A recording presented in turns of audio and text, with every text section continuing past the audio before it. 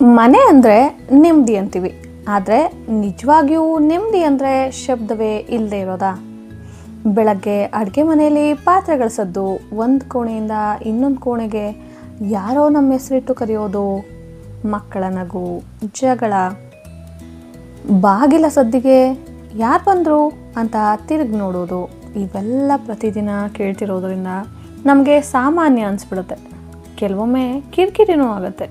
ಆದರೆ ಒಂದಿನ ಅದೇ ಮನೆ ತುಂಬ ಶಾಂತವಾಗಿದ್ದಾಗ ಗಡಿಯಾರದ ಟಿಕ್ ಟಿಕ್ ಸದ್ದು ಕೂಡ ದೊಡ್ಡದಾಗಿ ಕೇಳಿಸಿದಾಗ ಆಗ ಗೊತ್ತಾಗುತ್ತೆ ನಾವು ಹುಡುಕ್ತಿದ್ದ ನೆಮ್ಮದಿ ಮೌನದಲ್ಲಿರಲಿಲ್ಲ, ನಮ್ಗೆ ಸೇರಿದ ಆ ಪುಟ್ಟ ಪುಟ್ಟ ಶಬ್ದಗಳ ನಡುವೆ ಇತ್ತು ಅಂತ.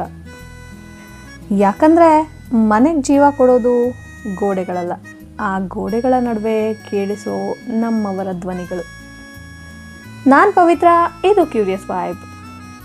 ಆಳವಾಗಿ ಯೋಚಿಸಿ ಹಗುರವಾಗಿ ಬದುಕಿ, ಒಟ್ಟಿಗೆ ಇನ್ನಷ್ಟು ಒಳ್ಳೆಯ ಚಿಂತನೆಗಳನ್ನು ಹರಡೋಣ.